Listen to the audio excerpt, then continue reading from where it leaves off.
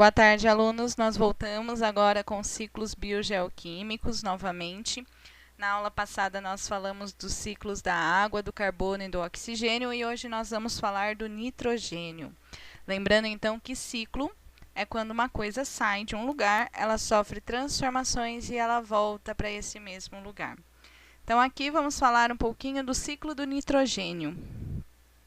E esse daqui é o nosso ciclo do nitrogênio, olhando assim de relance é meio assustador, né? Mas vamos olhar por partes e ver que ele não é difícil. O nitrogênio é o gás que está em maior quantidade no ar que nós respiramos, mais do que o oxigênio. Apesar do oxigênio ser hiper famoso e essencial para a gente viver e obter energia, o nitrogênio é o gás mais abundante no ar atmosférico. E nós precisamos do nitrogênio, assim como as plantas precisam do nitrogênio, simplesmente porque o nitrogênio ele entra na composição de moléculas conhecidas como proteínas, que são responsáveis por formar nossa musculatura, as paredes dos nossos órgãos, e pelos materiais genéticos. Então, existe nitrogênio no nosso DNA e no nosso RNA, que são, na verdade, os materiais genéticos. O DNA é a nossa receita que comanda todo o funcionamento do nosso corpo e as nossas características. Então, ele é hiper importante. Galera, seria muito simples se nós respirássemos o ar, o nitrogênio entrasse no nosso corpo e fizesse parte do material genético e da proteína. Mas não é assim. O nosso corpo não consegue reter o nitrogênio do ar. Ele entra, mas ele também sai do nosso corpo. E a gente não consegue ficar com ele para fazer as proteínas e o material genético.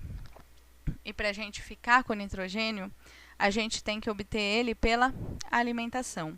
Ele vem na cadeia alimentar. Aqui o coelhinho está representando essa cadeia alimentar.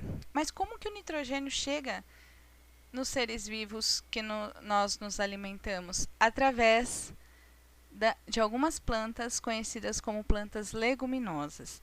Então, através dessas plantas e dessas bactérias que nós vamos falar delas agora, eles entram nos vegetais, lembrando que os vegetais são a base de toda a cadeia alimentar, e aí ele vai passando para os outros seres vivos, e quando a gente se alimenta dos vegetais ou desses outros seres vivos, a gente obtém o nitrogênio. Então, é assim que ele chega até a gente, né? Quando você come uma carne, ela tem proteína, o seu corpo desmonta essa proteína e pega as pecinhas dela para formar as proteínas nossas.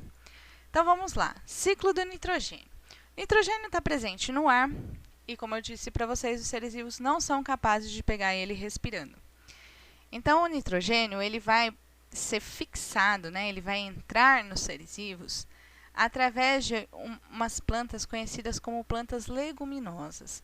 Plantas leguminosas são plantas que possuem essa estrutura aqui, a vagem. São plantas que nós conhecemos no nosso dia a dia. Exemplo, feijão, soja, ervilha, amendoim, alfafa. Mas o que essas plantas têm de especial? Na raiz dessas plantas existem essas bolinhas conhecidas como nódulos. E aqui temos o zoom de uma dessas bolinhas. E dentro dessas bolinhas vivem algumas bactérias. Uma das bactérias mais comuns é a Rhizobium, que é a bactéria que vive nessas bolinhas das leguminosas. E essas bactérias, elas são fixadoras de nitrogênio. Elas conseguem pegar o nitrogênio. E aí, quando elas pegam o nitrogênio, uma parte é fixada e fornecida para a leguminosa, e daí vai entrar na composição, né, inclusive do feijão, da ervilha, e depois nós vamos obter pela alimentação. E uma parte, o excesso, é transformada em amônia e fornecida ao solo. Existem também algumas bactérias fixadoras de nitrogênio no solo, mas essa daqui é em maior quantidade. Então, aqui é importante porque é a porta de entrada desse nitrogênio na cadeia alimentar. E aí, os próprios animais que se alimentarem dessa planta irão obter o nitrogênio que foi fixado aqui pela bactéria. É uma troca, tá, gente? A bactéria, em troca disso, ela ganha esse abrigo nesse nódulo e essa proteção, e ela fornece esse nitrogênio à planta. A amônia, o excesso do nitrogênio fixado, que foi transformado em amônia, ela vai ficar no solo. Essa etapa chama-se fixação do nitrogênio. Aí a amônia, que é a fórmula da amônia, né? Ela é tóxica em grande quantidade. Então, para ela não prejudicar nenhum ser vivo no solo, existem as bactérias nitrificantes, que são capazes de fazer a nitrificação. Elas vão pegar a amônia e transformar ela em nitrito.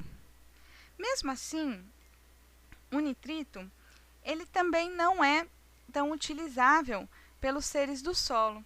Então, existem outras bactérias, as bactérias nitrificantes, que vão transformar o nitrito em nitrato. O nitrato, sim, ele vai conseguir ser utilizável pelos seres vivos. Pessoal, aqui, apesar do nome, né, ser igual aqui, é uma referência geral, porque a bactéria que faz essa transformação são as bactérias nitrosas.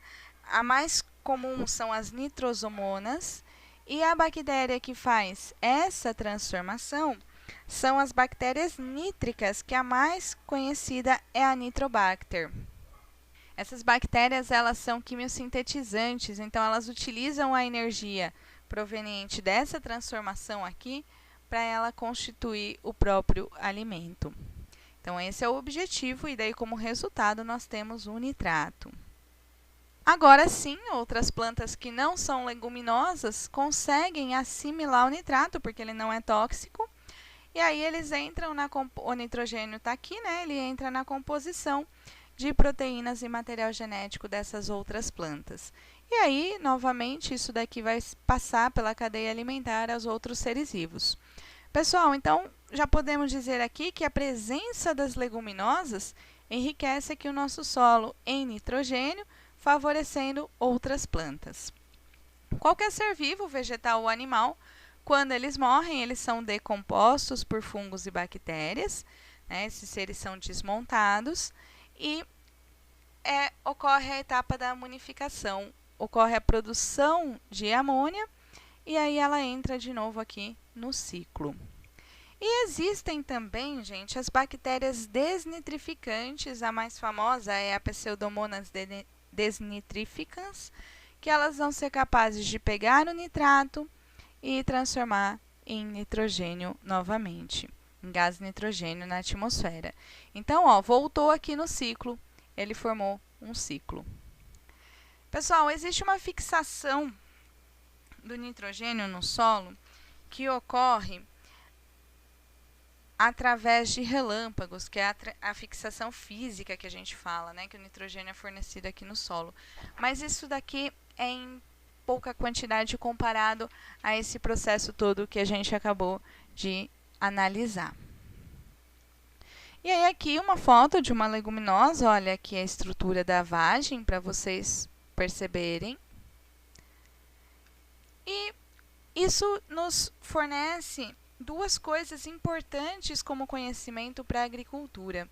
Existe uma prática que chama-se rotação de culturas, que é quando o plantio que é feito num terreno, ele é alternado com o plantio de uma leguminosa. Então, consiste em intercalar a plantação de 2 ou mais tipos de vegetais, sendo um deles uma leguminosa. Então, por exemplo, né, o que nós teríamos aqui? Nós teríamos num ano eu planto a cenoura, no outro ano, nesse mesmo terreno, eu planto ervilha. E aí isso daqui vai enriquecer o meu solo em nitrogênio, para que no próximo ano eu possa plantar brócolis. E aí essa planta aqui ela vai crescer com muito mais nutrientes, porque ela vai ter o nitrogênio disponível. Então, é comum essa prática de, em alguns anos, a plantação naquele terreno ser de leguminosa para enriquecer esse solo com nitrogênio. E aí aqui eu tenho o exemplo para vocês, né? Uma planta não leguminosa e a planta leguminosa que tem esses nódulos com as bactérias que eu citei para vocês, que são capazes de fixar esse nitrogênio. Aqui, ó, a soja é a leguminosa, né? Então, eu planto algodão, no outro ano soja, no outro eu libero para pastagem, no outro eu planto a soja novamente, aí eu volto no algodão e aí eu vou tendo um solo enriquecido. E tem a adubação verde, que é uma prática semelhante, só que daí eles utilizam a leguminosa simultaneamente com outra plantação. Então seria, sei lá, uma fileira de plantação de batata e uma fileira de plantação de ervilha. E aí, como uma parte, né, do excesso desse nitrogênio fixado vai para o solo como amônia, favorece essas outras plantas que estão próximas. Pessoal, é isso. Eu espero que vocês tenham entendido e o como uma coisa e um ser vivo está interligado ao outro. Até a próxima!